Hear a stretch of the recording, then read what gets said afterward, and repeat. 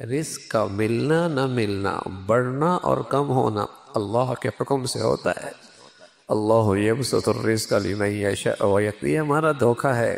2 دکانیں ہیں، اب 3 دکانیں ہو گئی تو اب رزق بڑھ جائے۔ نہ چاہے تو ایک دکان سے اتنا دے دے جو 3 دکانوں سے ملتا ہے، اور نہ دینا چاہے تو 10 بھی بن جائیں، وہی ملے گا جو اس کا حکم ہے، وہی حکم جو اس کا حکم ہے۔ یہ فیصلہ رزق کا اس کے ہاں سے ہے۔ وَفِي السَّمَاءِ رِزْقُكُمْ، تمہارے رزق کے فیصلے آسمان سے آتے ہیں۔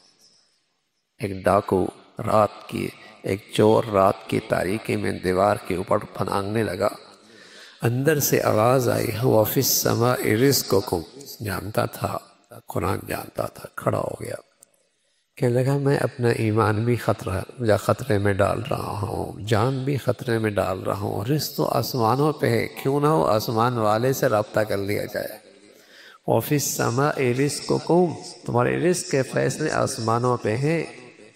اس لیے مسلمان جب رزق کے ٹھکانے پہ بھی جاتا ہے نا تو اللہ کی ذات پہ بھروسہ کر کے جاتا ہے۔ اللہ تیرا حکم ہے، تدبیر کر رہا ہوں، تیرا حکم ہے، اسباب اختیار کر رہا ہوں، لیکن اس کے دینے نہ دینے میں فیصلہ تیرا ہے، فیصلہ تیرا ہے۔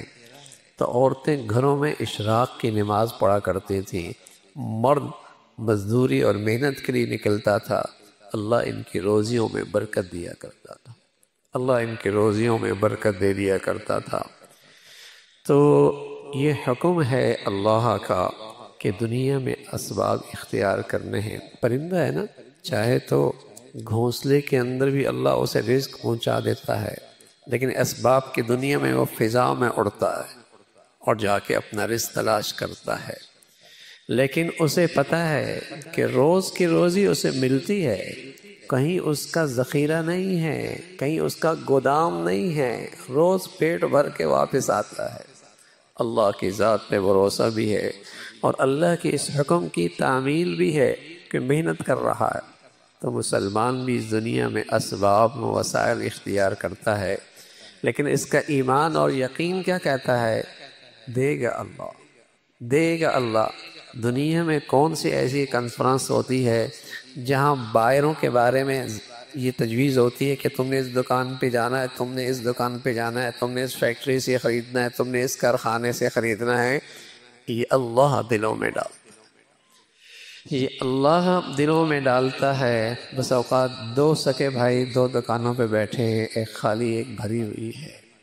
تو رزق کے خزانے اللہ کے پاس ہیں، زمین و آسمان کی ساری مخلوق اللہ کے حکموں کے تابع ہے۔ اللہ کرے یہ یقین آ جائے، اللہ کرے اس پر ایمان پختہ ہو جائے۔